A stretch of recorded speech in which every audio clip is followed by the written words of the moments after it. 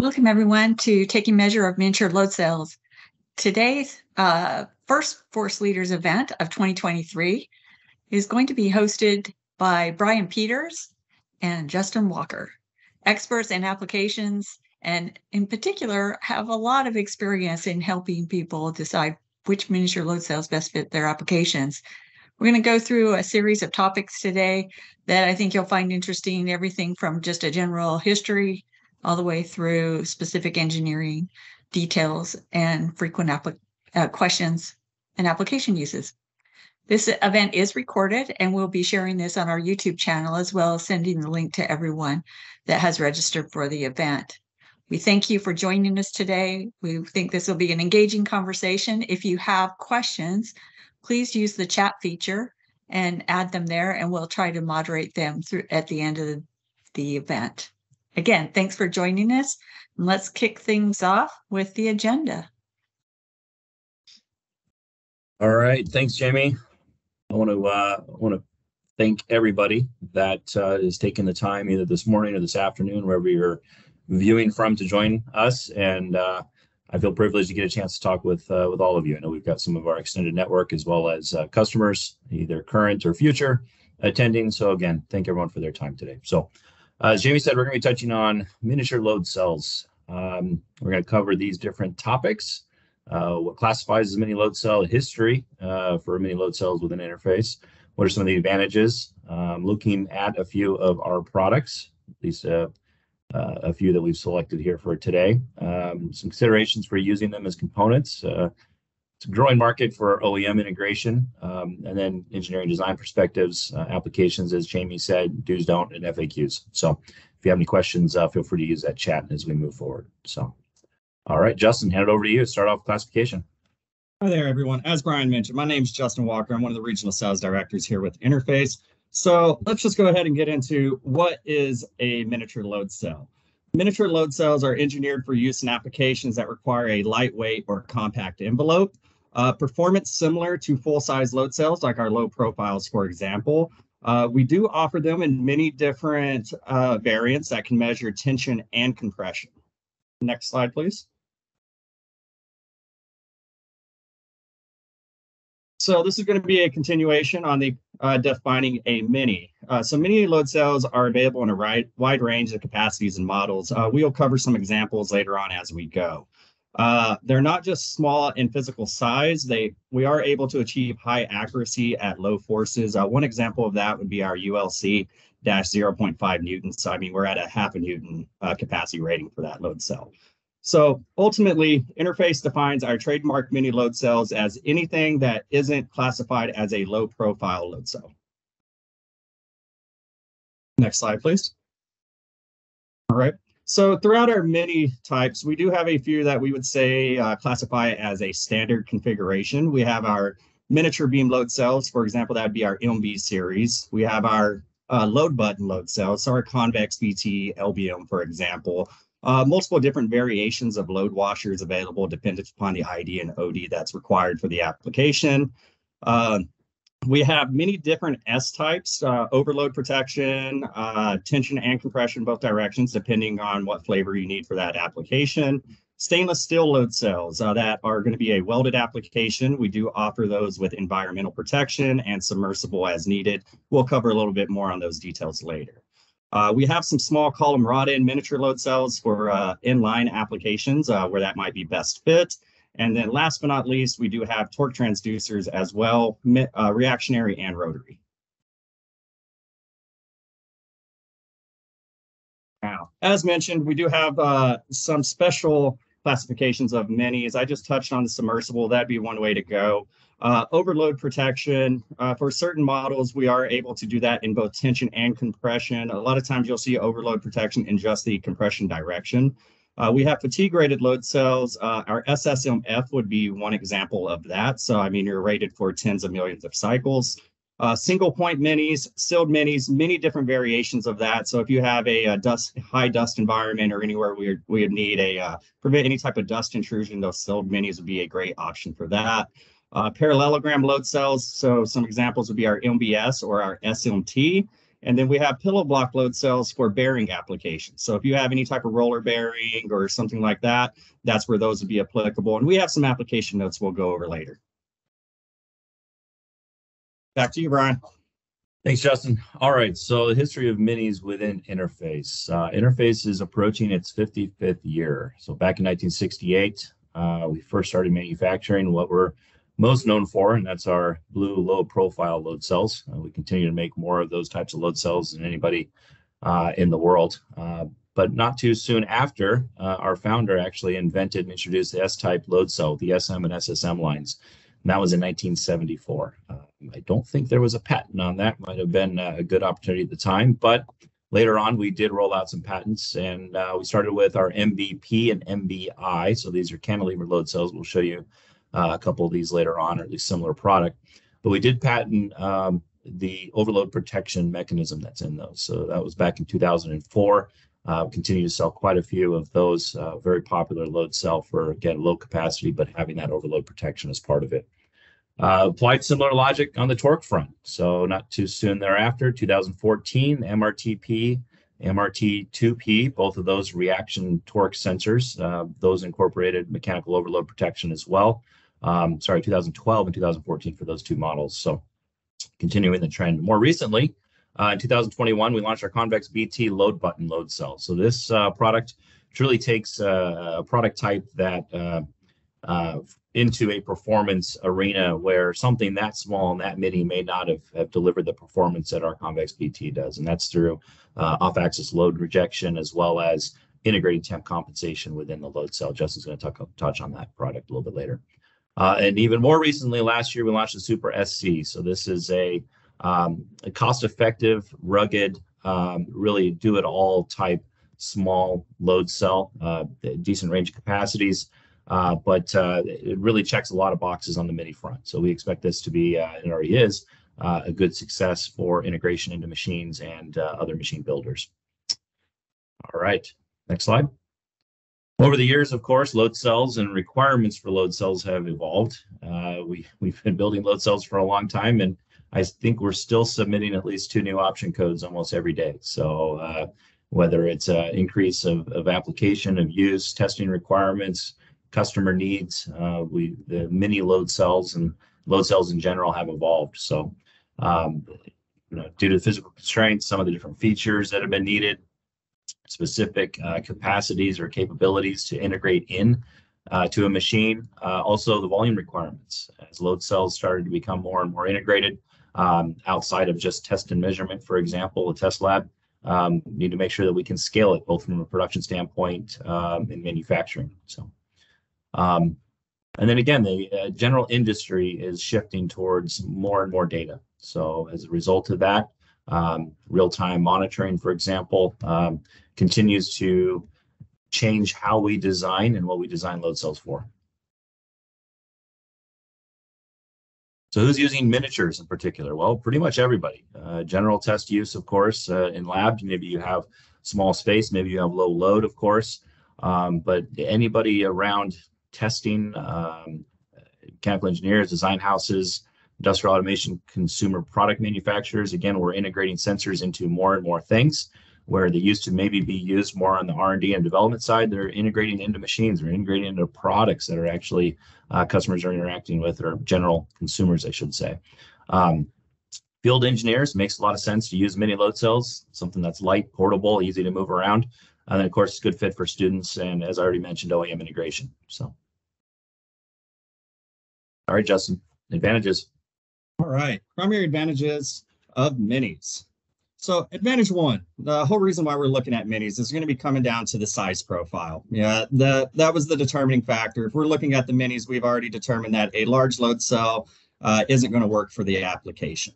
So why does that matter for the size? Because we have many different form factors that can work within pretty much all types of applications. Depending on the design, we usually have some type of form factor and capacity that could be supplemented and integrated into your system. Who that benefits the overall end user, the machine builder, whoever's needing that compact envelope. Next slide, please. High accuracy and precision performance. So whenever, as previously mentioned on the slides, when discussing our interface mini load cells, they do perform similar to our low profile, to our full-size load cell. So we're able to provide high accuracy measurements down to minimal ranges, as mentioned previously, for example, our ULC down to a half a Newton. Why that matters is because you might have to have that direct force feedback, and it could come down to needing to measure within a gram. Who's going to benefit on that? Overall, the end user, the machine builder, whoever's needing to really dial in their application. Portability. As Brian covered, that field technician who's walking around out there trying to carry around a load cell, a mini load cell that weighs less than a pound will be significantly easier than, say, a low profile that's weighing around 5 to 10 pounds. So just the overall portability makes that an easy choice for field calibrations, and whose benefit? The technicians who's having to carry that around. Next slide, please. Cost-effective sensor. So the benefit on the mini load cells compared to, say, the larger load cells is the fact that the large load cells are going to be engineered with quite a few other capabilities that go with it as for the total package. For the mini load cells, you don't necessarily have to pay more more than what you actually need to. We're able to dial that into specific capacities and get down to a more economical option, and then that way to provide you with a more economical solution in the long run. Next slide, please. All right, and versatility. As mentioned, we have many different products with a wide array of capacities that would fall under our mini line. So we can typically have a direct drop-in replacement for whatever would be needed for an integration. If we don't, we can work with our custom solutions team in regards to fixturing, amplification, whatever we need to provide you a versatile product that could integrate directly into your system. Next slide, please. And back to you, Brian. All right, thank you. Yeah, it looks like some of you are having difficulty seeing the presentation. Not entirely sure, but we'll make sure we get the presentation emailed out to you afterwards. So apologize for that. It seems to be working for most people. All right, let's dive into some of the products. Let's talk about some of the features, design considerations, what makes some of these unique, and maybe some of the applications they might be used for. Next slide. All right, we'll start with a very popular load cell, the SSB. This is a sealed version. It's a cantilever beam load cell. Wide range of capacities starting at 220 newtons up to 45 kilonewton. So 50 pounds, 10,000 pounds force. Low height, the live end on the right side there is less than an inch. And even in the high capacities, it stays, I think, just under 2 inches in total height. So pretty versatile, very rugged. It's sealed. You can use it in many different applications, from pseudo inline testing to multiple units for scale or weight type, given, again, the low height and easy to integrate in. And of course, it delivers on interface temperature performances would be expected. Next, we have our LMBP, which is going to fall under our mini beam load cell line. This is going to be the same as our LMB style load cell. However, it's going to have the 10 times overload protection. It is going to have a low height that I'd like to point out of right under an inch. The other thing I'd like to point out on this load cell is it does come with a NIST traceable compression calibration. And where these are popular, and I typically see these used at, would be in a, say, hung weight application. Right, and that overload protection, of course, works both ways on that one. So, all right, SSM, SSM2. So we're now looking at an S-type load cell. This is going to be a sealed version. Pretty good performance for what you get, 0.02% non-repeatability. So, and it's sealed. So it's good for maybe slightly more industrial applications outside of a test lab. Comes in capacities from 100 Newton up to 50 kilonewton, 25 pounds force up to 10,000 pounds force. So very versatile, good in tension and compression as long as you check for alignment and such. But very good overall, I would say, performance and versatility for the expense on that one. Next up, we have our MCC miniature compression load cell. This is going to be a high performance load cell. It's going to be accurate to plus or minus 0.1%. It's going to be a low height, even with the integral load button that you can see there at the top of it. It's going to be about right over an inch at 1.12. These are going to be temperature compensated. Another thing I'd like to point out is that it does have a relatively high output. The 500 Newton variant has an output at about 2 millivolt per volt. Another factor is that it's rather lightweight due to the aluminum design. And then that integral load button that I'd mentioned a second ago, where that's critical is to help with the alignments on the load cell during the compression applications. Next slide. All right, SSMH, another sealed S-type. However, this one carries certification for intrinsic safety. So in this case, it carries ATEX certification. These are good for areas where you need to worry about spark, eliminating any risk for spark introduction. We offer a wide range of ATEX and other certified products, but this is one in the mini line that works for lower force levels. And force range, we're looking at 200 Newton up to 20 kilonewton. So 50 pounds up to 5,000 pounds force, so pretty wide range there. And as part of the certification, they are designed to tolerate higher temperatures. So they go up to about 300 degree F. We do have another even higher temp S cell. I don't think we'll be touching on it today. Does not have certification, but that one's good for well over 300 degrees. Sorry, don't know the Celsius conversion there for our metric friends that are watching. All right, next.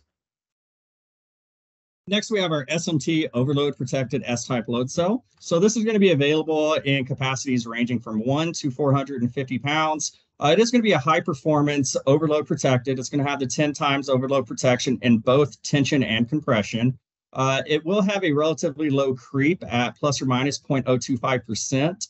Another fact I'd like to point out about this load cell is the fact that it's, instead of a standard S-type, it utilizes a parallelogram design that allows for overload protection in both the tension and compression direction. Also with that design, what that will contribute to is slightly better handling for side load as well. Yeah, that's a good go-to. If you need to go below 1200 series, for example, that's good to about 300 pounds. You need lower force range. This one, if the 1500, for example, may not fit or be a good fit dimensionally, this has very good performance. And much like the moment compensated, it does do a decent job of doing the best it can to reject off-axis loads. So you just end up with good repeatability on those results. Good load cell. All right, next one, SML. So it's called an S, but not really an S, just like the last one. This is going to be a kind of a dog bone design internally. I think you'll get to see a cutaway on this later. We sell quite a few of these for different applications. Very versatile, just because it comes in a wide range of capacities. Good performance for the dollar. Incredibly low height. So if you've got a short force stack or a load string that has minimal space to integrate, especially going into a machine, for example, great choice. They offer 800% overload protection on the low capacities, and capacity ranges are 22 newtons or about 5 pounds up to 2,000 pounds or 9 kilonewtons. So very wide range. And even at the higher loads, load capacities, the dimensions don't grow too much. So this doesn't become a really large sensor. But again, a very good, robust, good go-to sensor. Next up, we have our SMTM, our micro S-type load cell. This load cell is great where size is a serious constraint for you. It's the dimensions are going to be 3/4 by 3/4 by 1/4 inch. So as you can tell, that's a pretty compact load cell. It is available in 5, 25, 50-pound capacities for our metric friends. That's going to be 20, 100, and 200 newtons. It is going to be tension and compression, overload protected as well. Another things I'd like to point out is this load cell, even due to the minimal size, is available with optional features. We could add additional mating connectors to the cable. We could run TEDs with that, the self-ID chips. We could perform custom calibrations where needed. And then if you have any special temperature compensation ranges that you would need, we could also accommodate those for you. Next. All right, SuperSC. I touched on this product earlier. We're pretty excited about this in terms of the performance it brings for the price point. Very versatile. It's a stiff design. It also lends itself to pretty good sealing. So even the standard versions, IP66, will have a submersible 68, IP68 version coming soon. And also, given how the gauges are placed internally on this load cell, it's fairly insensitive to off-axis loading. So load ranges are about 100 Newton to 5 kilonewton, so 25 pounds up to about 1,000 pounds force. So decent range there. It's 0.1% performance, so still good performance.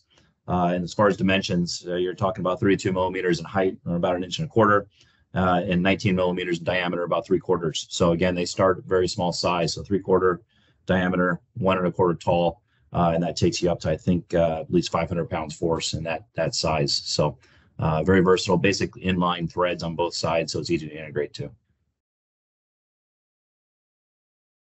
All right, we have our WMC sealed stainless steel miniature load cell. This is actually one of our more popular models due to the design, the environmental features that we're able to have with this. It's going to be a stainless steel construction. With that design, it is going to be welded. So we're able to offer certain environmental features all the way up to submersible IP68.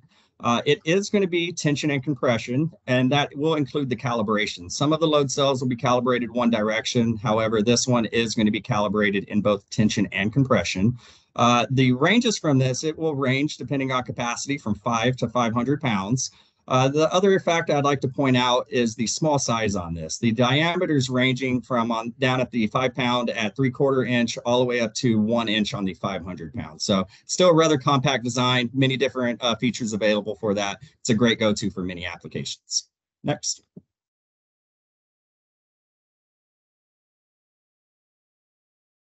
Brian, you muted yourself. Yes, Teams was reminding me I was muted. Sorry for that. All right. LBM, very, very popular, common design. I'm sure most of you have seen one of these similar load cells out there. We offer a wide range of these. This is just standard LBM, but capacities range, as it says there, from 25 pounds up to 50,000 pound force. So wide range. They start relatively small. You're talking maybe 1 inch diameter and about 0.6 inches tall for the lower capacities. They have threaded holes in the bottom, which is nice for mounting and integration. Obviously, being compression only, they have the spherical load button on there integrated in.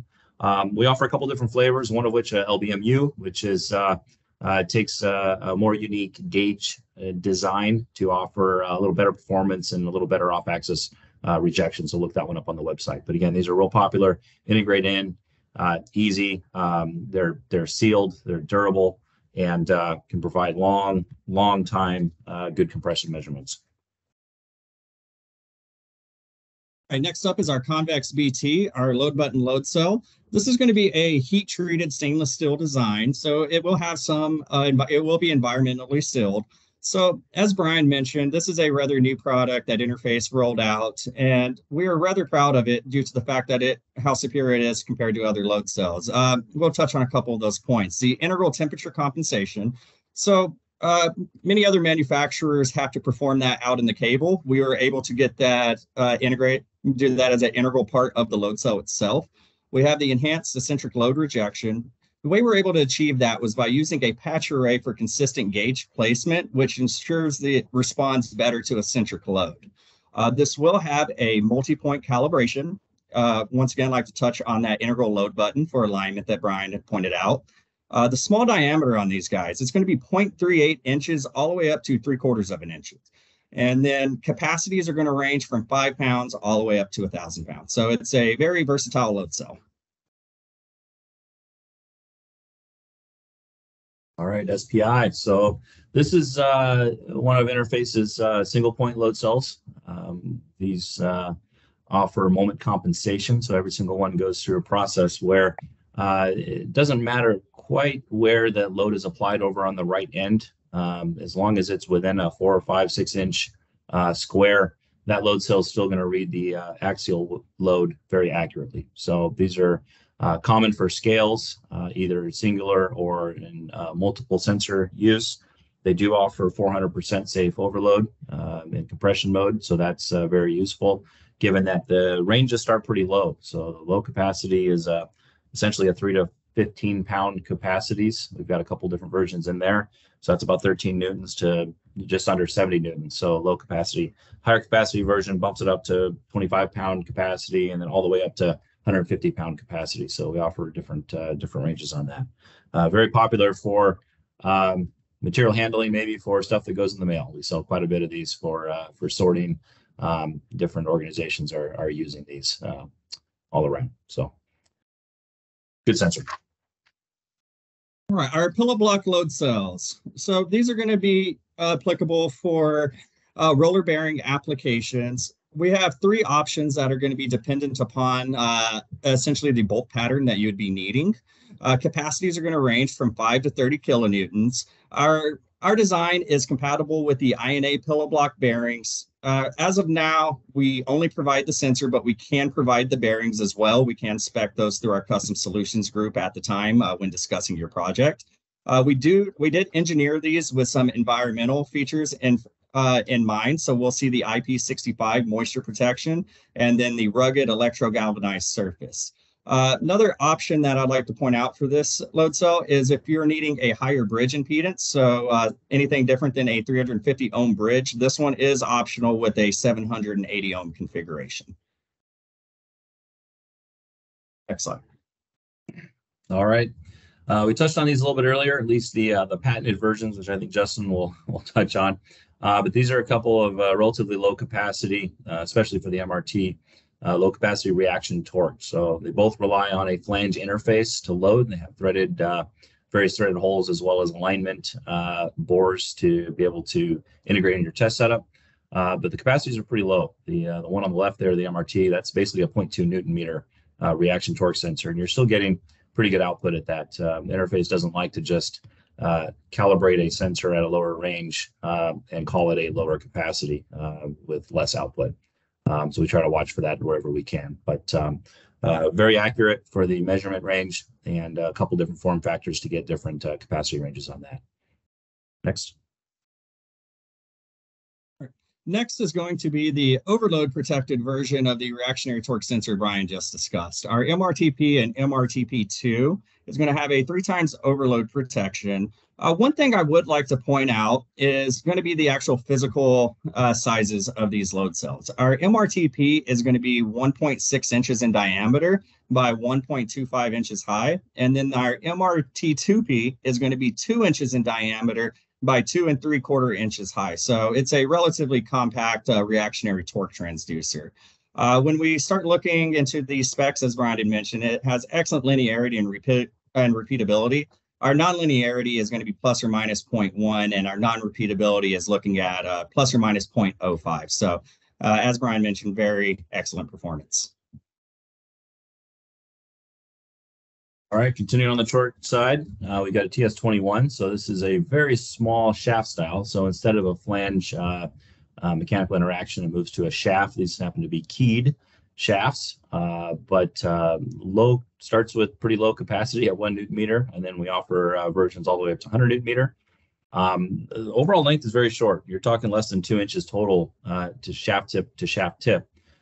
So actual body length of the sensor is even shorter than that. And it really helps when you're trying to integrate into something that's already there, or if you need to bring a measurement to maybe a device that didn't have that measurement to begin with, for example, which I think we're going to talk about that. So good accuracy too, optional down to 0.1%. All right, our TS22 miniature reactionary torque transducer. So this one is a very small measuring range of 0.005 to 20 Newton meters. And so then it also has a 5 times safe overload on capacities up to 2 Newton meters. So what that's meaning is that anything that's 2 Newton meters or below will have that 5 times safe overload rating for it. One thing I'd like to point out is in regards to the design, it will have a flange pattern on the drive side. So the photo that we're seeing here illustrated would be the drive side of the sensor, and it will have a small shaft on the test side. Unfortunately, with this current rendering, we're unable to see that, but that is how this sensor would look. It would be flange one side, shaft on the other.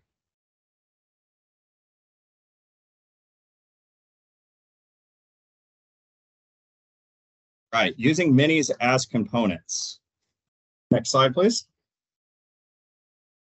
All right, we have a few different reasons for when we would want to activate a component within a miniature load cell. So the reason one, active monitoring. Turning an active component into a sensor means that we include a miniature sized transducer in line to both track data and perform actions based on the data. Reason 2 would be optimization. Utilizing sensor-based data makes manufacturers, products, and processes smarter. Reason 3, condition monitoring. Decisions from sensors and components can prevent error, injury, and production line mishaps. And then the 4th reason, data collection. Demand for more data and measurements in real time is on the rise. As everybody knows, everybody's looking to gather more data right now. Next slide, please. All right, why designers and OEMs choose interface minis? The number one reason up there is the first bullet point, interface experience. Interface has been around for 55 years. As Brian discussed in the history, we have been involved in the mini industry for quite some time now. So we have our engineering efforts and the resources and experience to go with that. Customization, we are able to customize standard products to meet your need, whether it just be a longer cable, basic connector, small changes like that. Our range of options and capabilities, as we on that previously, we have a wide array of products with many different form factors and capacities for almost all applications. A system level perspective, rather than just having to look at the load cell side of things, we can help you look at a complete integration, whether it be data acquisition, amplification, whatever we would need to get you to that next level. Vertical integration. Majority of the things done with interface are done in-house. We have our own machine center to control that aspect. Our production center, we go through and do majority of our manufacturing in-house. That way we can maintain that vertical integration and take care of our customers appropriately. And last, our ability to scale. With these being mini load cells, we are able to increase and do high volume runs through automation processes through our OEM team. We do have the availability to scale with you as your demand grows. Next slide. What types of minis? So we have a few what we would call standard catalog minis. As we discussed, that would be our LMBs, our SSMs. And then we have our engineered to order. So engineered to order, what that would refer to is, as I had mentioned, longer cable, longer connector. That's where that would be applicable. Something where we're making minor changes to the load cell, deviating from standard product. Fully custom. So a fully custom load cell, that is where somebody came to us, said we would like to have this designed specifically into our application for integration. Some of that could be driven by a co-development. It could be a one-piece R&D. There's a lot of different aspects that comes to interface through. Then last would be our system level solutions. And we offer that through our custom solutions group. What we're able to do is offer signal conditioning, amplification, data acquisition, and not only just that, but fixturing as well. If you have any specific caveats in regards to your application for how to adapt to it, we can work with our custom solutions to provide you a system level solution to move forward. Next slide, please. All right, this next one is going to be an example of production line optimization and condition monitoring. An automated production line includes force sensors on different machines to track pressing force and torque measurement data to identify abnormalities in manufacturing on the line. The data is helpful for signaling if a repair is required or if there is a safety risk. The active part of the system uses sensor-based component to act autonomously when the data tells it to, rather than needing human intervention. So what that does, that eliminates the need for having somebody out there at all times being able to, keep an eye on it. We're able to collect our data to a, say, control station, to a PLC, and monitor remotely, and then actively go in and correct an issue before it becomes a problem. Yeah, I would even add to that, maybe it's not even full-time integration, but through calibration checks. We've got a lot of customers that are using our sensors to take our mini load cell that may be in an assembly, put that into their process on a regular audit basis, and be able to verify, yep, everything's working as it should. So, thank you, Ryan. Next is going to be an example of an integration benefit. So for machine retrofitting, using miniature sensors to retrofit old systems to optimize performance, the benefit of retrofitting old machines by modernizing their functions into Industry 4.0 capabilities with low cost. This can bring process traceability as well as proactive system health monitoring. So what that means in a nutshell is taking a load cell, if you have an existing machine that currently doesn't have any type of force characterization, and integrating a load cell into it to now obtain feedback, whether it be for condition monitoring, optimization, whatever your immediate needs are. Next slide, please. Okay, this is going to be an example of integrating into existing solutions and enhancing design by providing force feedback. This is a medical device use monitoring for the example. So typically prosthetics are made without any electronic components and are simply created with a limited range of motion. Using a force sensor and electric motor, interface sensors created an actuated limb that provides force feedback and tells the prosthetic joint to move based on data. This functionality greatly enhances the overall mobility of the limb and provides the device user with more capabilities. So that's an example of taking something that's already been on the market and integrating a load cell into it to provide that force feedback for continual use and for just an improvement on the design moving forward. Next slide, please. So when to engage interface? The best time to engage interface is whenever you are first having the discussions on your application, whenever you're speccing in your force, once you have determined that you are going to use force, that's the best time to contact either your local rep in the field, contact your applications engineer or your regional sales director, and then we can go ahead and start the process on determining what we can do as an acceptable solution.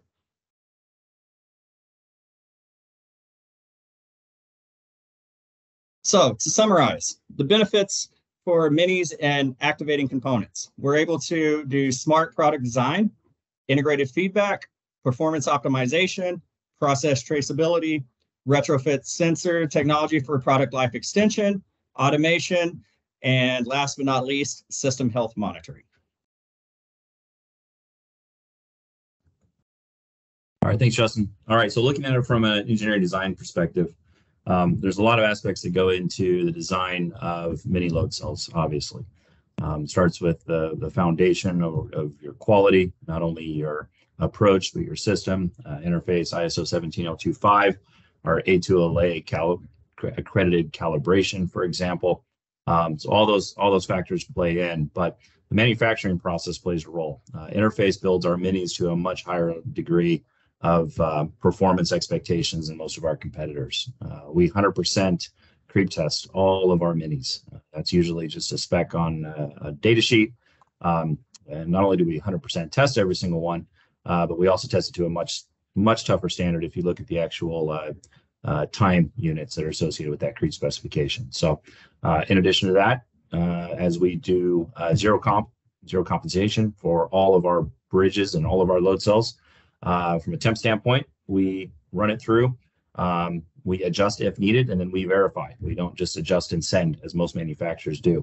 So we have full traceability all the way starting from the material, everything coming through the door to all the components that are going into it. And then, of course, every step during the manufacturing process gets recorded. If the load cell is moment compensated, for example, we'd have that data as part of that as well. So, but looking inside is just looking inside of an SSM here and an SML. Just examples of where the gauges may be placed. That can lead to better options for sealing. So, for example, the one on the right there, SSM gets the gauges placed inside, whereas an SM flexor is going to look a little different, and the gauges might be right up on top, right? So maybe not quite as protected and wouldn't allow us to seal it as well. We can also do things like flex circuits, not necessarily integrated here or shown here, I should say. So for some of our higher volume, our OEM, we will shift to an entire printed board of gauges and solder pads, basically solder points, to complete the bridge and get the signal leads off the flexor and out of the load cell. But a lot of factors go in. Apologize for that. A lot of factors go into the design and manufacture of our minis. Next. As we touched on, interface offers a wide range of features. We continue to add more every day to keep our engineers busy based on customer requests. But we can do, of course, every load cell is temperature compensated, but we can perform unique compensation requests. If it's a particular zero balance or if it's span capability across a certain temperature range, we can accommodate for that. Calibration. Load cells come with different calibrations, but maybe you need something that's different than standard, whether it be adding one of the modes, add tension to a compression cal or vice versa, or if you need specific cal points to replicate a design target that you want to be able to hit with increased uncertainty. We can handle that on the calibration front. And sometimes we'll even calibrate load cells with the fixturing that they go in. As Justin highlighted earlier, oftentimes, you have to look at how that sensor is integrating in. And as well as you may design that sensor, if it's not introduced into the system or receives the load perfectly as intended, you're not going to get the results maybe that you expect. So some of our customers are having us calibrate load cells in an assembly so that they can drop it in their machine with higher confidence. We offer moment compensation to it, in particular MBI, SPI models, for example. It just allows for basically better repeatability and a little bit less concern over how those loads are introduced, like I just said, from a calibration standpoint on the fixturing. So overload protection, some models may have it in compression only, some offer it in both tension and compression. A wide range of IP capabilities as well. And then from there, a lot on the instrumentation side. So we can do wireless. Our packaging is getting pretty small, so depending on the size of the load cell, we might be able to integrate some signal conditioning, even wireless, in with the load cell. But for the most part, with minis, you're going to be looking at an in-cable solution for whether it's digital output or amplified output or even wireless. It would likely live in the cable. But IEEE TEDS, hopefully everyone's aware with that. It's a plug-and-play IEEE standard. We can integrate TEDS chips. Typically on minis are going to go in the connector on the cable or in the cable, or we can do it sometimes in the flexure body itself if there's room. That is something we do, especially in high volume, where we can store the cal data directly on the load cell. It makes it plug and play by the time it gets to the product or to the instrumentation that the customer is providing. Plug it in, instrumentation knows output, knows what sensor it is, and you have traceability right there, ready to go. No scaling involved. We can do special resistors. We can include those separate with the load cell, or we can even integrate those in. So if you have specific shunt cal requirements for your instrumentation, something you're implementing on all your sensors, we can certainly accommodate that. And then mechanical customization, we can accommodate pretty much anything. We'll try to find a way to make that happen. So if you have a specific package size envelope you're working with, you need a certain radial dimension limit met, we can accommodate that. And of course, if you need special threads or anything like that, we can also do that. If you've got a fatigue application, we can accommodate that there, whether it's going to one of our specific fatigue models or working with our application engineers to make sure that we have the proper capacities spec'd out for your specific test requirements. Next. All right, so here's just a quick graphical overview of some of the products that we've showed you. It's tough sometimes to keep track of scale. So we got a 1200 series 1210 model probably on the left there, just for reference, 2.6 inches in height. SSMs, SMTs, again, the parallelogram type S-type, you can see kind of similar height. But then we start dropping pretty quick. And of course, those two S-types are much thinner than the 1200. So maybe you can orient things sideways, for example. But the SuperSC, very small, compact, efficient packaging for the capacity ranges that offers. And then you can see our MB, overall short height that brings to the table. And then we start getting really small. So the WMC, very popular load cell. It's very easy to integrate with the male studs on each end. It's easy to thread in, basically. And as long as you've got room for the cable exit, it ends up being a very small diameter package too. And then the SMTM, as Justin touched on, just small pretty much in all dimensions. SML, you can see there the value it brings from a packaging standpoint. And then the convex BT, whole nother level. And those, again, too many customers look at load buttons and they don't want to go there because of past experience. But the convex BT really brings significantly better performance and significantly more repeatable results than you would typically see from that type of product. So wide range of sizes. Next. All right, submersible, just to summarize a few of these. These are the kind of the standard versions would not be, but we offer submersible for all of these, or at least will soon on the SuperSC. So the WMC, SuperSC, and then we've got even the load buttons if you just want compression only, and we've got submersible options for that too. Standard configuration would be IP65 on that model. Next. All right, going to talk applications. All right, first we have a feed roller system. So the customer challenge, a customer has a feed roller system and needs to monitor the force wirelessly on both ends of the roller to maintain a constant straight feed. So what we provided to them was our pillow block load cells that we discussed earlier. We had those mounted on each end of the feed roller system. We paired that with our WTS wireless acquisition system. And so what that is, that's going to have a wireless acquisition module that is going to be paired with the pillow block load cells. It's going to send out a signal to a base station that is going to be connected to a laptop computer or PC that will allow you to collect the data, log, graph, and export as needed. One other thing that we did for the system was we integrated or included a handheld device for the wireless system as well for the operator for remote use, that way not being tied to a computer. Next slide. Real quick, I just want to highlight that with our wireless solution, that can transmit to multiple receiving options, correct? Same time? All right. Yes, sir. All right, good. All right, here's another example. Prosthetic load and fatigue testing. I think this would be true for really any component that you're doing basic load testing. Sometimes there might be some proof load involvement or just development loading. But then when you're done with that, you're going to want to put it on a test frame and cycle it away from a fatigue standpoint. So SSMF is a great choice. It's economical, can cover both static testing as well as high cycle fatigue. And in this case, paired to a 9890 panel indicator, it's good for monitoring force on those static tests, but then also with the included software can log long-term test data through a laptop and then have that full data to review later at a later time.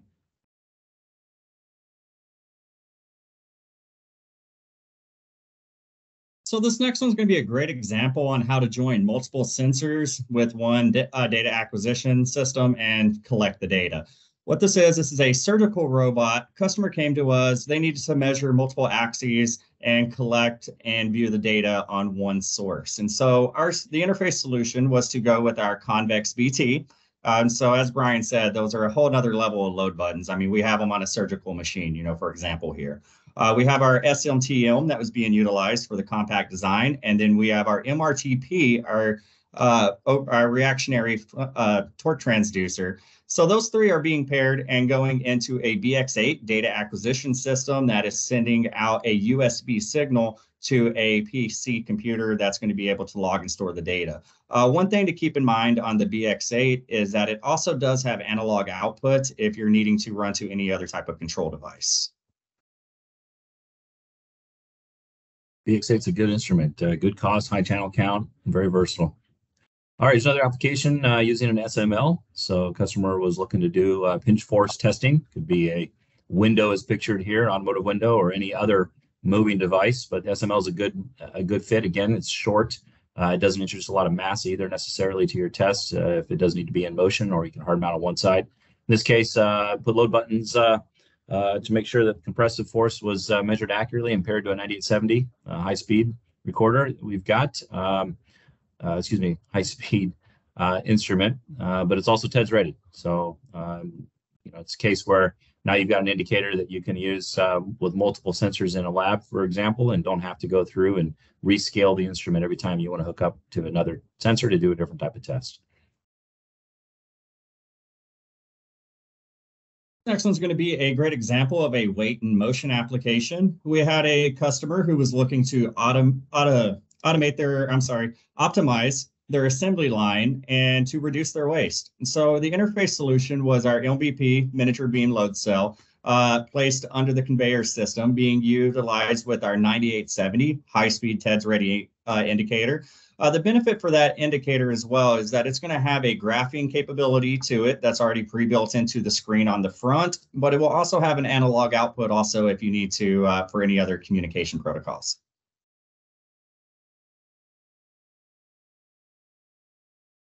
All right, here's an example where SMTM was used. Very small, very lightweight. In this case, there was characterization work being done or characterization testing on a mouse pad on a laptop, wanting to be able to monitor axial forces during operation and ensure that this setup could be moved around or at least be standalone.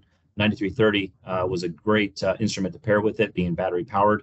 And of course, that could be read real time with peak values displayed, or could be stored internally with the integral SD card. So nice versatile instrument to pair with a very high performance yet very lightweight and small SMTM micro SL. So for this application, it was a animatronics. The customer came to us. They were needing to monitor the torque of the limbs as they rotate. So the interface solution was our reactionary MRTP, miniature flange style torque transducer. Once again, you'll see that we paired that with the BX8. So the reason for pairing that with the BX8 for this particular application was going to come down to the sample rate. The customer was needing some high samples. The BX8 is a very high-speed device. And then it also utilizes our BlueDAC software for the logging and graphing capabilities. That way, if the customer does see a failure or any type of anomaly, it has the sample rate to be able to capture that. All right, last one we're going to touch on today, go, no-go gauge testing, thread testing, a very small thread. So 000120, the end of a interventional guide wire, so a medical device, and very difficult. Customer was having poor results trying to do this manually, especially from a traceability standpoint. So integrating a test stand that used a very low capacity torque sensor, like our MRT, 0.2 Newton meter, allowed them to basically not only perform the test with better repeatability and consistency, but they always had that data then moving forward. So they knew exactly from a quality standpoint if there were any issues. And you can imagine how small of a torque blip that might be, checking go, no go on a thread that small. So, all right. All right, next we're going to cover some do's and don'ts. The first one up here, do consider customization options for retrofitting into a product. So what that means, if you have any existing products you'd like to discuss, let us know. We're our custom solutions team, our engineering team. We're more than happy to discuss how we could integrate into your system for any existing designs that you have. Do use miniature load cells to activate a component.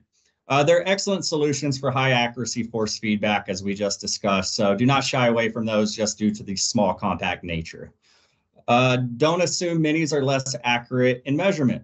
So as we discussed, they do perform similar to our low profile load cells. We have some high accuracy versions of these guys, and they are even used for metrology and calibration grade from time to time. So do not shy away from that. Do know that you can have tension, compression, or both types of measurements in a mini. So as we discussed, we are, depending on the model, we are able to calibrate those tension and compression. We have some that are just going to be compression only, but a lot of them, even if they are only calibrated in one direction, they are able to be used in both. Don't overlook included calibration details. So this kind of hits into the last point I just discussed. All of our load cells will come calibrated. If you look on our data sheet, we will have the primary calibration listed on there, whether it be calibration, tension, or T and C to let you know. So please do keep that in mind. Do understand the output requirements and how you are going to collect your measurement data when you purchase minis. So where this is going to be important is going to come to how you would like to view your data, how you would like to collect your data. If you have an existing DAC, you might be limited to your millivolt per volt input, say maybe 3 millivolt per volt for some systems. Some may be rated for all the way up to 10. So that's something good to keep in mind when speccing out your sensor. By all means, talk with your applications engineer, your regional, let us know what instrumentation you're working with, and we'll be more than happy to steer you in the proper direction. Don't leave miniatures submersed if they aren't IP rated. That's pretty self-explanatory. If we don't have an IP68 submersible rating, let's not be dunking these guys in some water. Do contact an applications expert for design requirements if you're using for an OEM solution. So what that means is, let's talk further if you have any OEM requirements. If you have an existing design, you're discussing a design moving forward, you're unhappy with the current vendor, any other pain points that we could possibly help with, please do not hesitate to reach out. Slide. Back to you, Brian. FAQ time. Give me the hard ones. All right, I'll do the best to answer them here. All right, can you calibrate a load button? Well, load buttons have different meanings. Load button load cells, absolutely, we can calibrate those. Whether it's an interface, whether it's a competitor, we can certainly calibrate. Can we calibrate the load buttons that get threaded into load cells? Not exactly, but we can certainly calibrate load cells with load buttons installed. Hopefully that's as clear as mud. No, but load button, load cell is not a problem, again, even if they don't have the interface label on it. Can you make a mini load cell without cables wireless? Yes, we can. Where that instrumentation might be packaged is going to be a function of the particular sensor you're looking at. But we certainly are doing more and more wireless. You know, we launched that quite a bit ago, and people seemed really hesitant around it. And the adoption rate is impressive. The reliability is there, the consistency is there in data, and man, it makes things a lot easier when you don't have cables to deal with. So, is the data act does the data act become bigger than the load cell? Well, yes. Typically, data acquisition is going to be larger than the load cells, especially talking with minis. But again, we've got some integral logging capabilities that are getting quite small. So it might be the size of the load cell, depending on which load cell you're picking. So again, if you've got unique requirements either to transmit the signal, what the signal type is, or if you need to store the signal somewhere, we've got solutions for that. What advantage is stainless steel versus aluminum mini? Well, typically stainless steel are going to be welded or at least sealed to a higher level than aluminum. Of course, with that, there's likely going to be a little bit difference in cost or price compared to aluminum minis. But the aluminum minis are possibly going to be lighter as well. So if you have any inertial concerns in your test from high movement, high cycle, and you don't want the mass of the load cell to influence your measurement, maybe aluminum is the best way to go, right? Can you have submersible miniature load cells? Of course we can. We've touched on that a few times here. Are miniature load cells still considered high accuracy? I would say yes. We've showed several examples here that are 0.03% type SEBs, 0.01% repeatabilities. Even some of the worst performing load cells we have are still in the 0.1% range. So definitely bringing high precision even in small package sizes. What is the smallest measurement capacity for a miniature? Well, that's kind of a trick question, I think. Load cells will tend to respond immediately from any applied force, but if you're talking as far as specified capacity for a model, ULC probably takes the win there. It comes in at 0.1 Newton, so very low capacity. I know a couple of customers have used those as high precision gram scales. They're so accurate. So ULC is a great go-to for low capacity.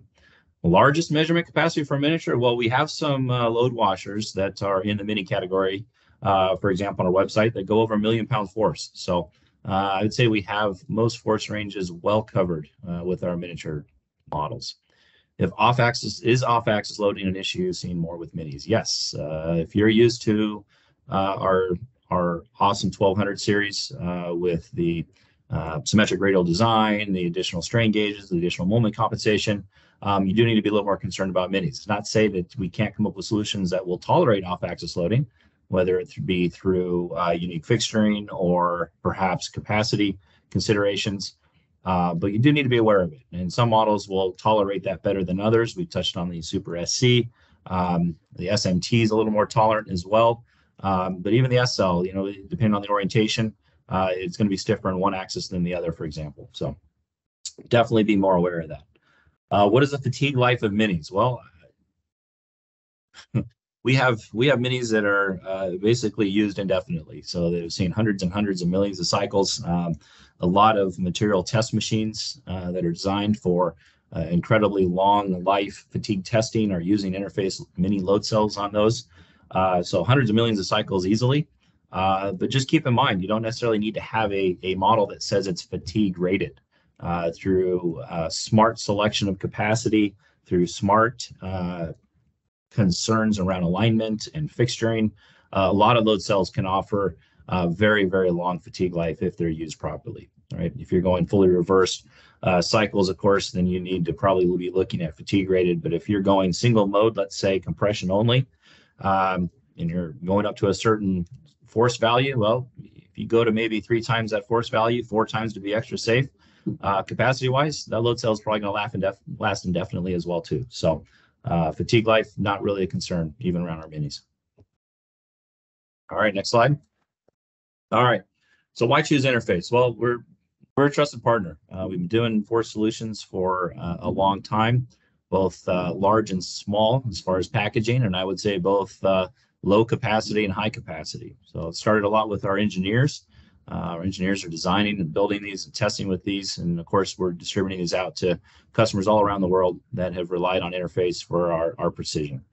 So we still consider ourselves to be leading the industry in force measurement solutions as a function of our total accuracy, the quality behind our products, and the very broad depth of solutions that we bring to offer.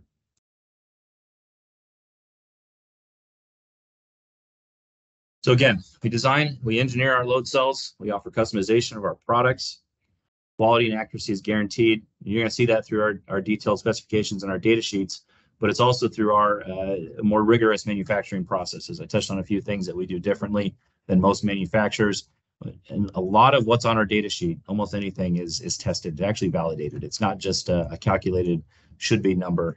Even a moment compensation. If you see a side load sensitivity spec on that data sheet, that load cell has been tested for that specification. So 55 years of experience across a lot of different industries, a lot of different applications, and the general expertise that's been developed both from an engineering standpoint, manufacturing, and on the sales side through application engineers working with all shapes of projects and test requirements. So, all right. I want to thank everybody for joining. Hopefully this was productive, informative.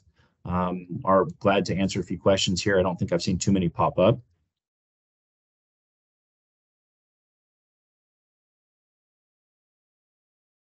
We don't have any questions yet, but if you do have any questions, please use the chat feature. As noted, this is recorded. It's been an excellent presentation. Thank you, Brian. Thank you, Justin. I appreciate all of the technical detail as well as how others are using these types of sensors. So if there aren't any questions here, always reach out to us. We have a network, a global network of distributors around the world and representatives that can answer your questions and help you get the right solution. We'll be posting this event online, and we'll also give you a recap and send you the link to the presentation. I know a couple people noted they might have had difficulty seeing the presentation, so we'll cross our fingers everything came out on the recording, and if not, we'll send you a PDF version of this presentation. It's been a great conversation. Thank you for joining us. I can't see any questions. I think you answered them all. We appreciate your time, and we'll see you on the next event coming soon. Stay tuned. Thank you, everybody. Thank you. Have a good day, everybody.